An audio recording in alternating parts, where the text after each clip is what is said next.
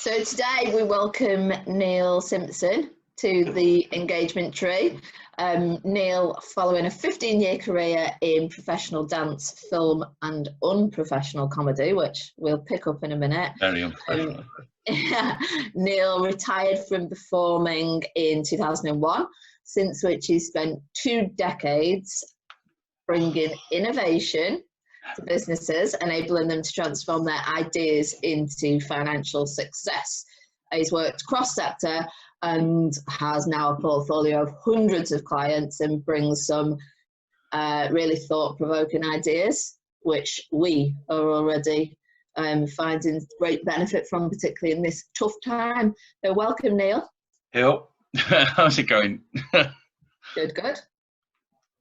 Yeah. On this Tuesday, Monday, maybe Thursday. I have no idea what day it is.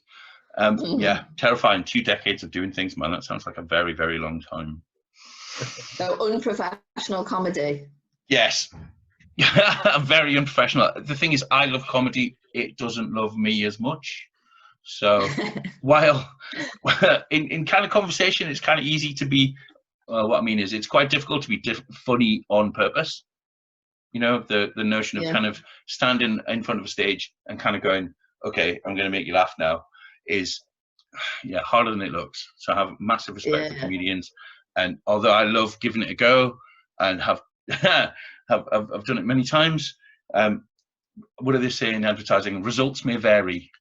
So things, results do vary wildly. So yeah, happy to be here. Thanks for having me. Good, good. And thanks for coming, Neil. Pleasure for you to join us. I've never been one to be too afraid of public speaking.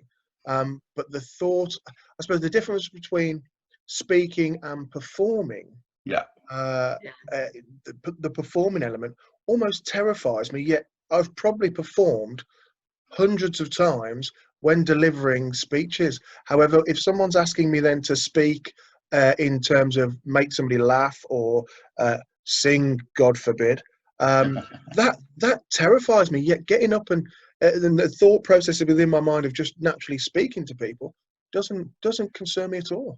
Well, this is the thing, is that I kind of see public speaking as performance. My background's in performance. I was a professional performer for a very long time, and there's a massive difference, because when you're kind of public speaking, the way I look at that, it's like a kind of conversation. It's facilitated. You know, you're kind of asking questions, there's feedback, there's a bit of interaction and all that kind of stuff. And that's absolutely great. However, scripting things where you're able to think what the audience is thinking, to be able to anticipate it and then make funny, that's really, really, really hard. Now, as a kind of, I think as a business speaker, I'm quite funny. You know, and I think that my enormous ego suggested that I could turn that into comedy. And again, results may vary. As compared to other guys with PowerPoints and business suits, I'm quite funny. However, compared to professional comedians, not so much. But yeah, I do love it. And when it goes right, it is literally the best feeling in the world. But is that because during your professional speaking, the focus isn't on you being funny? Your primary reason for being there isn't to be funny, therefore that pressure isn't directed at that, and you're just dropping it in naturally? Probably. I think the it's quite easy. A lot of comedy comes from kind of shock of context. And I'm quite sweary and abrasive and have a few unusual opinions, and people tend to laugh when they're a bit shocked. So it's quite easy to turn that into something. Whereas when you're kind of standing in front of a lot of people with their arms folded going, go on, fat boy, make me laugh, then that's a completely different set. That's a completely different circumstance. So you can kind of cheat your way to funny when you're talking about a serious subject, I think. Whereas comedy, you have to actually know what you're doing, and I clearly don't. So one thing that I wanted you to pick up for us today is, again, something that kind of changed or realigned my mindset a little bit that we've spoke about previously. And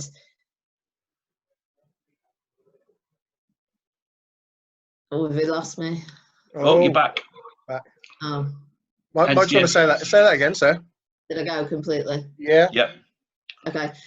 So one of the things, Neil, that I wanted to pick up with you today that has, I guess, realigned my thinking, both in the world of business and personally, and that I can not only relate to, but I felt was, created some positive mindset for me, Right. was something that you mentioned called the flinch. And I've never come across it before.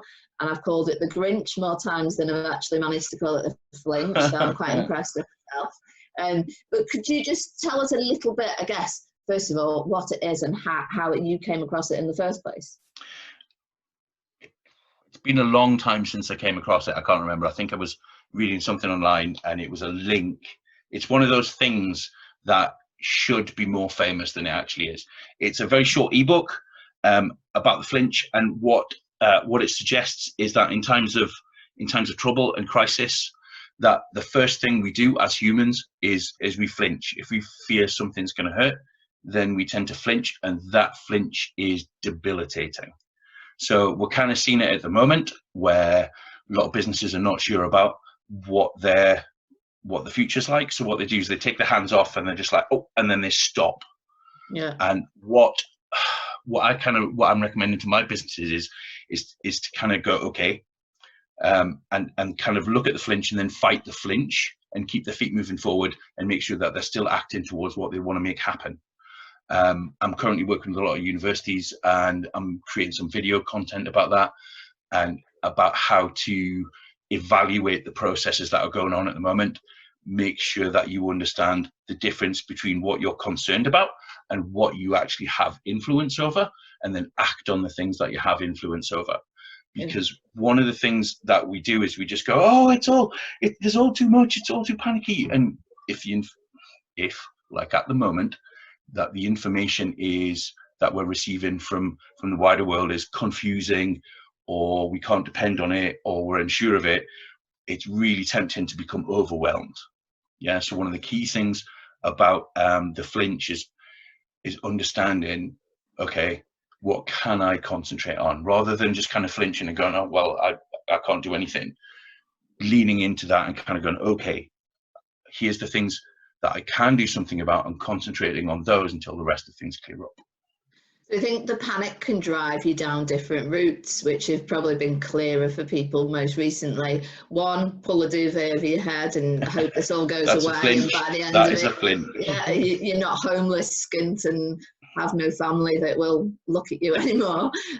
Secondly, or pull at every possible thing. So look at anything that you could do as a business, do a little bit here, a little bit there, and grasp at any possible chance of thriving through this. Go back to basics is my advice. Go back to basics.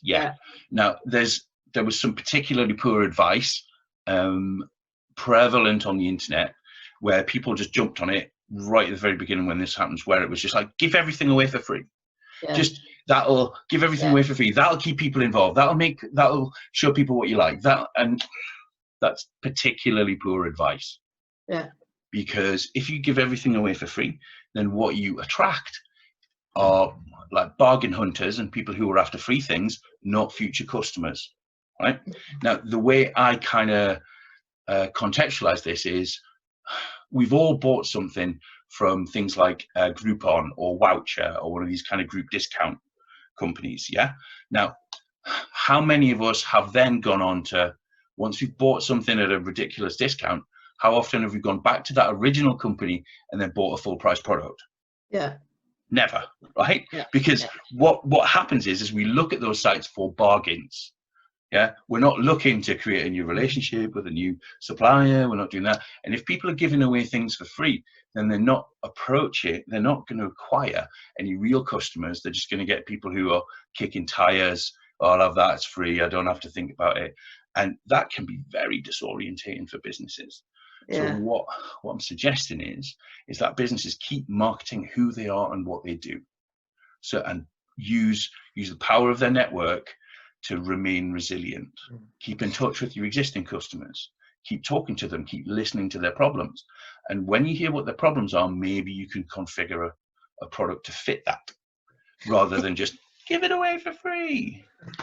And do you think giving away for free can sometimes create distrust in people? I know we've been in situations previously where we have been sold to and things have took such a dramatic discount within days of speaking to an organisation, so literally dropped by 80%, that the distrust comes in of how much you're ripping me off for when you're actually going to charge for a product or charge full price for a product. Do you think that can have a detrimental effect on brand as well? Well, if I was going to try and sell you a Ferrari for a tenner, yeah, how much would you? What would you think about that Ferrari? Yeah, you know, that it wasn't going to get off my drive. Exactly, that it wasn't going to work, or it's nicked, or Yeah. some such. You know, if you have a price for your product, then there are ways in which you can add incentives like bundling up and kind of adding add-ons rather than dropping your price massively. What you can do is add other kind of incentives to get people involved. The key thing, what is really becoming apparent at the moment, is that relationships are more important than ever. Right? That's what I'm seeing in all the businesses I'm working with, in the wider community, in the world in general, is that what people are depending on now are the relationships that they have. Yeah. Yeah. And the thing about the flinch is that when we flinch, we think about ourselves rather than how we can help our past, present, and future customers. So the more time and effort we put into that relationship and helping them, the more our value goes up. Mm-hmm. And we can actually concentrate on that and put some real focus into it over the next kind of weeks and months, so that when things do start easing up a little bit, we already have the relationships in place, rather than kind of, oh, it's time to come out of the bunker, I can put my head above the parapet now. People are looking for leaders. People are looking for help. So what clever businesses are doing are leaning into that, delivering a bit more help, taking a bit more care with their relationships and the kind of way they talk to people, so that they can build that trust in times of challenge. And I think it's really clear when you look at the business community who's getting it right and who's getting it wrong. Yeah. So when you look at, I mean, Liverpool Football Club's a really good example of that, where they furloughed all their staff. All their fans went, hey, that's not a Liverpool thing to do. So because that relationship's important, they changed it back. They kind of reversed their decision, because that relationship with their fans was really important, and the fans were being critical of that. So how we deal with our relationships is key now, and we've all got a little bit more time than we usually have. So reaching out to kind of past customers or people in our network or people we know or key contacts, we've all got a little bit more time to do that now, and I think we could generate a little bit more momentum in the long term by doing that now. And do you think, so Flinch is part of your makeup, your social interactions that you've had, and personality. So for me, or for us as Strive, I flinch a lot more than Ben. So putting Flinch into context with today's times, the engagement tree was born out of an idea from Ben in the first 2 days, I think it was, of lockdown. He got me on a day where I didn't particularly fight back, but if I'd have been given the opportunity to do my normal flinching, it possibly would have taken more time to come out. But we introduced the engagement tree, and the reaction and the response has been great. And we know for a fact that it's helped a lot of our network and our extended network, so fab. But do you think training yourself to flinch less is possible? Yeah, definitely. There's a really great example in the book, which I hope you can link to in the notes, but because it's a kind of free download. There's a really interesting example about what the first few years of boxing training is all about. Is you train people not to flinch when they get punched in the face. Yeah. So, and this is, the better boxers are the ones who flinch less and who are better under pressure and who don't panic when things start to go wrong and all of that kind of stuff. So yeah, you can train yourself not to flinch. I think first you have to acknowledge it, and then you have to understand and then work with it. It's not something you can ignore. It's just something you have to kind of, it's a response to pain. And I think as humans, we are all pain averse. But once you understand that some stuff is going to hurt, then we don't have to flinch so much, because once you get punched in the face once, you realize it kind of doesn't hurt as much as you thought it was gonna, and then you've got the experience of, okay, I can deal with that kind of pain. It's a bit like the first time you get a tattoo, you think it's gonna, I don't know if you have any tattoos, but the first time you get a tattoo, you think it's gonna be agony, and then you realize it's not that painful, and then you're more comfortable with getting that kind of thing in the future. Once you understand pain and have felt it, you are much less likely to be scared of it. So I don't mean to be particularly challenging, but this current situation that we have at the moment, terrible though it is, it could be an opportunity now for people to go, okay, this hasn't killed us. Therefore, this is as bad as it's going to get. So how then can we plan to take advantage of the situation at its very worst, so that if things get better, we can get more value from that? Does that make sense? It does. And something I picked up from the Flinch, which is actually really appropriate now, is a lot of big businesses will flinch too much. So the large corporates will literally have their risk team and their change management team, who play a fantastic part, but they are continually second guessing what the future holds. Whereas a small SME doesn't necessarily have that that mindset or that level of expertise within the team, so they are taking bigger risks, and we're seeing, unfortunately, more and more of the large corporates fall down at this time. Well, they have a different set of pains. Yeah, they have a different set of pains because they have shareholder value to look after and that kind of thing. Now, the one thing that the big businesses maybe have a misinterpretation of is that you can't predict the future. You can only create it. So there was a phenomenon after the 2008 crash. In 2009, advertising and marketing spend dropped, in some cases up to 27%.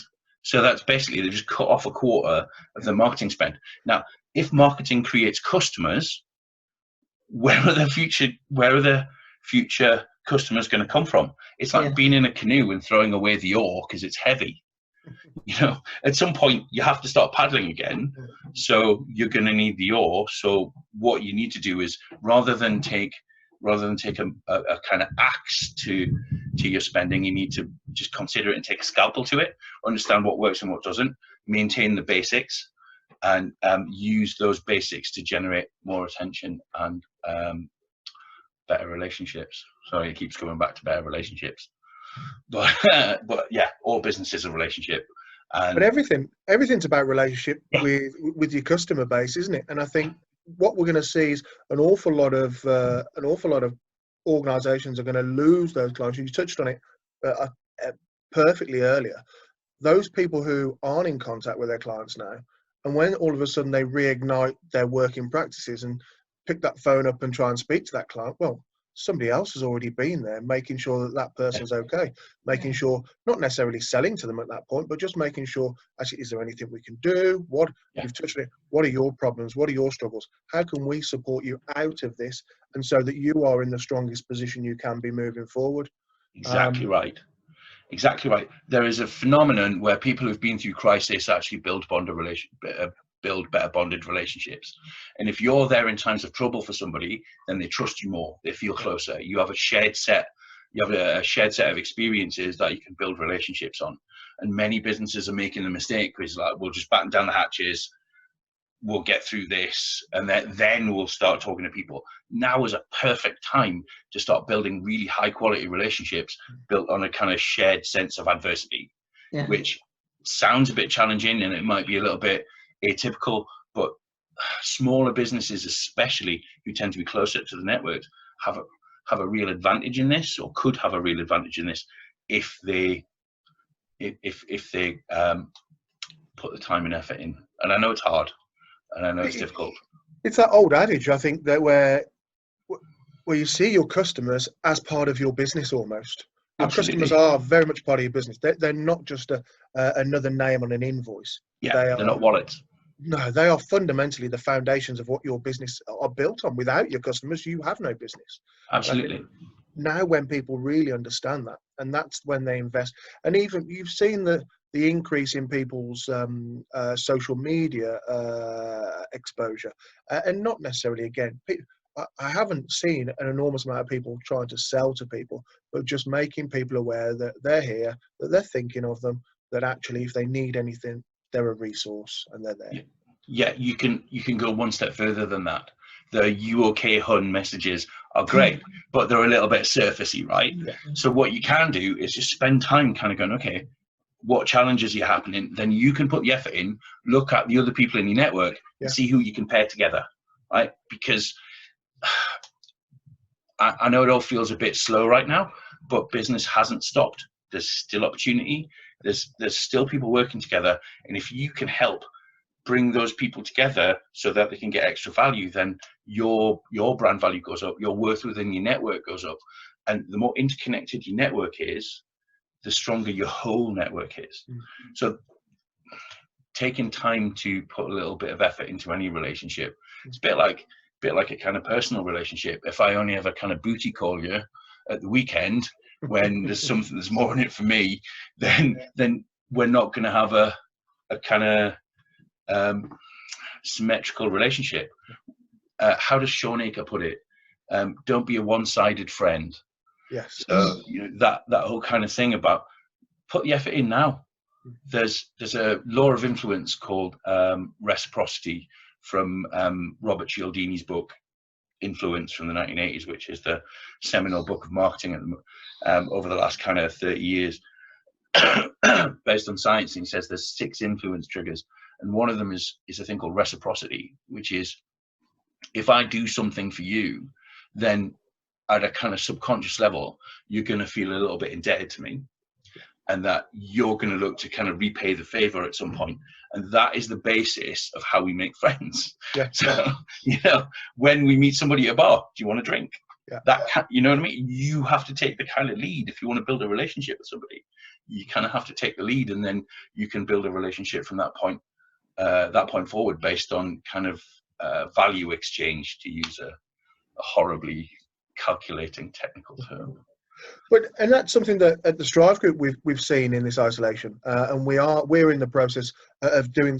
We've consulted with our with customers, our contacts, and they've asked to continue. They're looking to continue to operate. They're continuing to looking to absorb and to train their people, and that's where we've gone out and we've actively sourced a digital platform. We're now developing that online content for us to then transmit and deliver to their people, so therefore engaging and solving a solution that they have, so that when their people return back to the world of work, they're better prepared, they're better organized.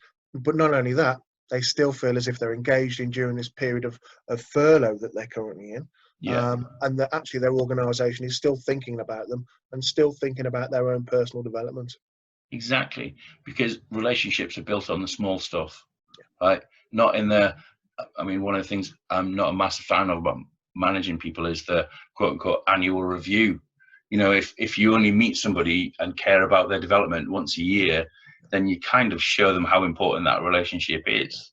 And I know there's kind of time and resource issues, but for me, that kind of investment in people happens all day, every day.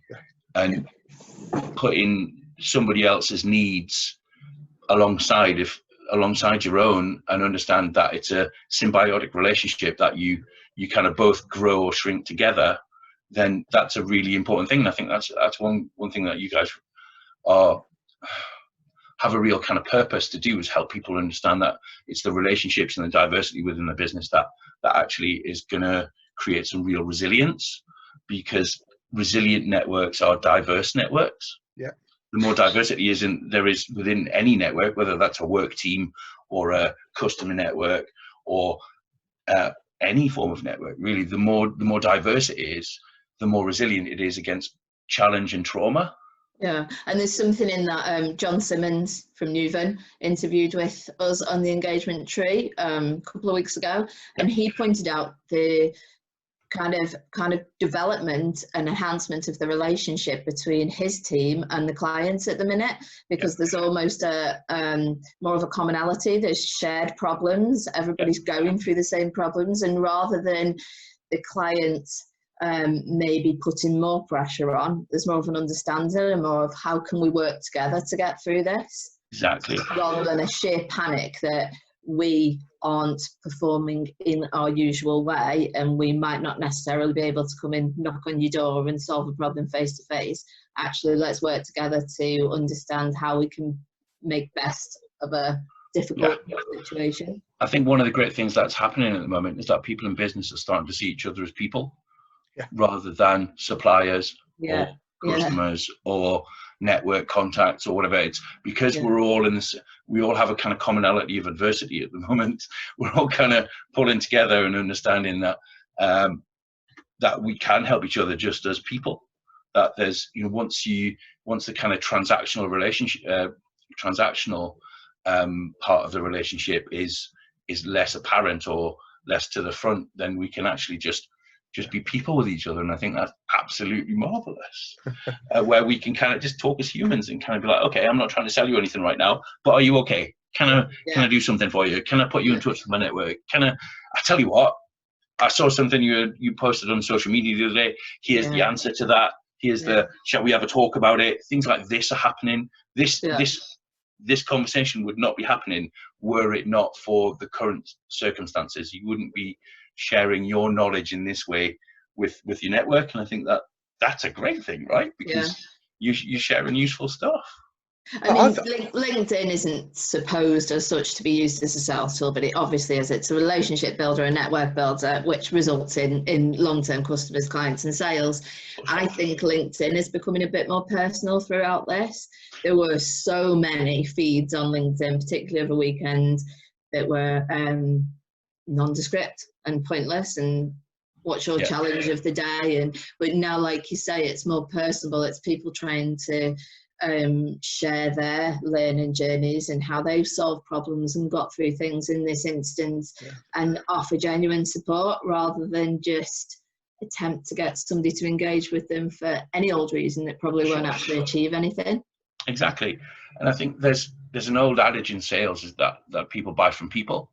And yet when businesses jump on things like LinkedIn, they're like, no, we must be professional. And it's like, hang on, those two things can't work in tandem. If people buy from people and yet, okay, I should be professional. And all professional means is appropriate for your industry.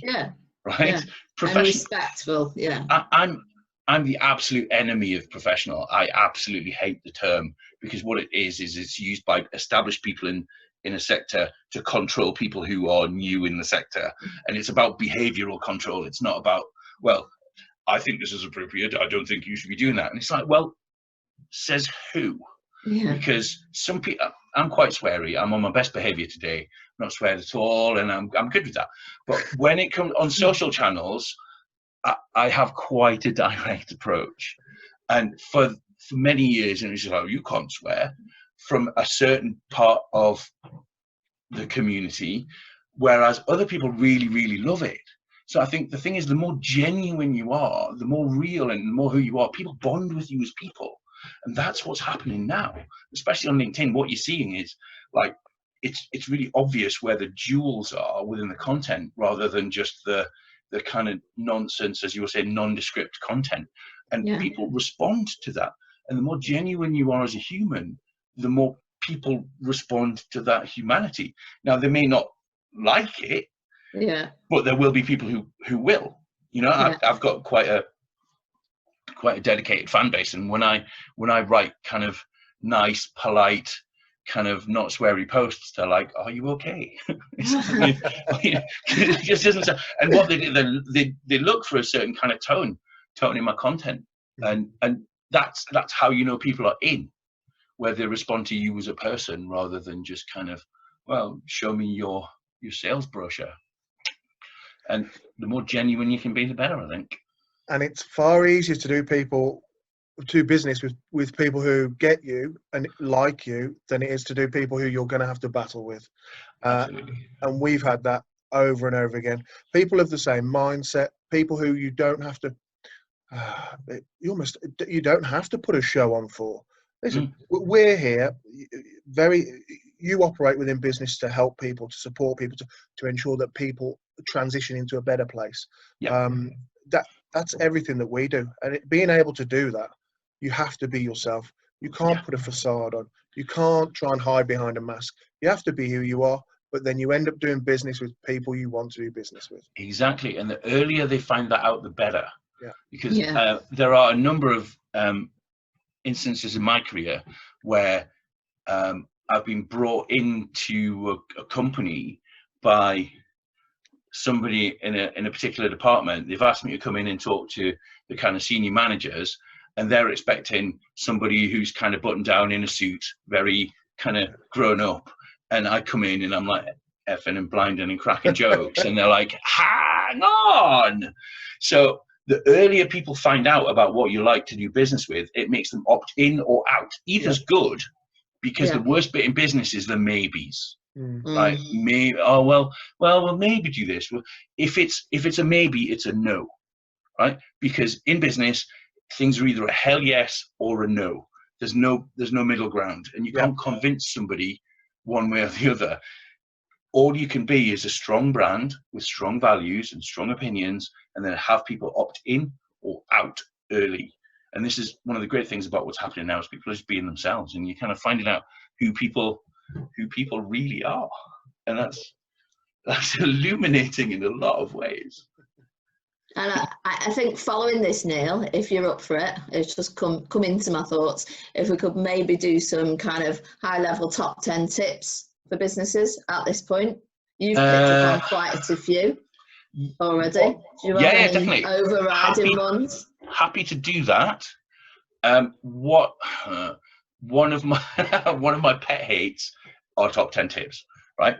When you think about top 10 tips, all of the top 10 tips you've ever read in your life, when have you ever read an article and enacted all 10 tips? Never, but if you act on 2 to 3 and it achieves something, is it worthwhile? Then why not do 2 to 3? Okay, so what I'm saying, to be honest, I was going to ask you to choose 2 or 3 for now. right. So what I would say is, if we do top 10 tips, let's do all 10 and then chop them up and then publish one at a time. Because the tips that people usually enact are either A, the easiest, or B, the one that they think is going to give them the best bang for their buck. So this is something I talk about with my marketing clients a lot. Is that, oh, we need top 10 tips? You don't. What you need is 10 individual tips, because you can publish that. You know, if you're doing it kind of 1 tip a week, then that's 2.5 months of content, rather than trying to create over those kind of 10 weeks. You'd have to create 100 tips. Kind of thing. And makes sense. Exactly. If I'm a very lazy man. I like being energy efficient in things I do. So the notion of kind of writing the top 10 tips, which are great, but then what you can do, rather than in a listicle, you can publish 1 tip, show what you need to do, and then talk them through the action, and then you can kind of build a conversation between then and the next tip, which then you can roll into a bit of momentum, rather than just go, here's my tips, make of them what you will, because people are rubbish at making decisions because of flinching. So the more friction you can remove from that process, the more flinch you can remove that process. Where you just go, no, it's a tip, you can try it, it's 10 minutes, no problem. Most people can find 10 minutes to invest here, there, and everywhere. Especially now. So you make it small, you make it bite size. It's like teaching a kid to walk. Right? When you teach a child to walk, you don't expect them to just jump on their feet and start walking away, right? What you do is you look for the first faltering little action, and you're like, yeah, you're walking, fantastic, and you reward the action, not the result. So if you want people to change their behavior through things like top 10 tips, you have to give them small stuff and then positively reinforce the action on the small stuff. rather than go, there you go, walk, child. Because that, I've tried, it doesn't work. Trying doesn't work. So yeah, small actions with lots of congratulations build momentum, and everything should be about momentum in your business, because it's one of the most important forces in the universe. Mic drop. that was you should leave that as a mic drop moment. It's a fantastic way to finish it. I mean, for me, the way that you visualize and talk about businesses and how businesses should operate, and certainly work together. Just, I suppose, for me, what's been your biggest challenge working with clients? Oh, man, he's putting you on the spot a little bit, but I just thought you speak about there's so many fantastic things, but it's always good just to know. So, what was your biggest challenge? Well, there are many. The challenges for me are very different to the challenges I see in the businesses I work with. Generally, most businesses struggle with the simple stuff, which is understanding what problem you solve, exactly who for, how you fix it, and then how you're going to ensure that you tell them about it in the right way. And I've had maybe, over the last 3 weeks, I've had maybe 40 or 50 coaching calls, and every single one of them, bar one, needed that. Because what happens in times of trouble is that people's available spending dries up, so they only spend on the essentials. Right now, unless you can show how essential you are to somebody, and that what you sell brings a transformation or competitive advantage, then they won't buy. Whereas if you can show what transformation or competitive advantage you offer by what you sell, then they're more likely to buy, because they see the value of what they're putting their money into. So helping people see that is not a challenge I have, is because particularly at the moment, everything's on fire, metaphorically, and people are looking for the magic words and the easy way, and there aren't any magic words. The key thing is to go right back to basics, understand what your products and services are and the value of them, what problem do they solve, understand who your network is and how to keep them engaged and deepen the relationship. And then the third bit is about the clarity of the values that you have and what your special sauce is.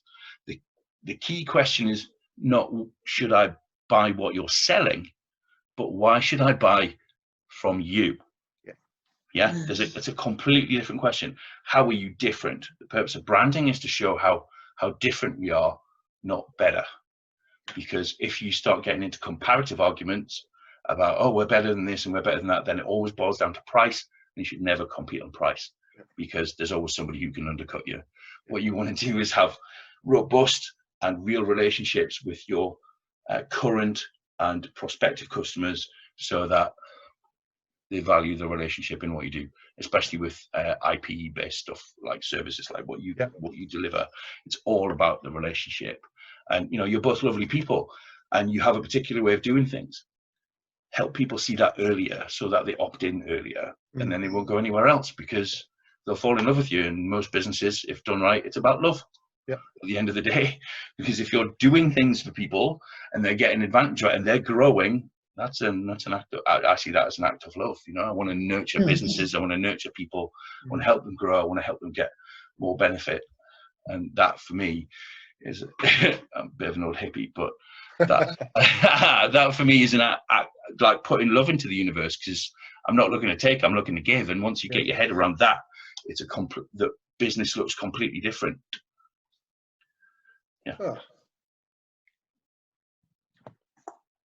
Well, thank you, Neil. That was an inspirational and engaging conversation, and certainly something I'll be picking up and reading the Flinch. You'll be able to see the link below. We'll add it to the recording. Make sure that you subscribe to our YouTube channel if you want to catch up not only on this fantastic interview, but also previous and future opportunities. And if you'd like to find out a little bit more about what the Strive Group can offer and how they can support your organisation, be sure to check out our website, www.thestrivegroup.co.uk. And until next time, it's goodbye from me and goodbye from Sarah, and we'll see you on the next episode of the Engagement Tree. Thank you very much.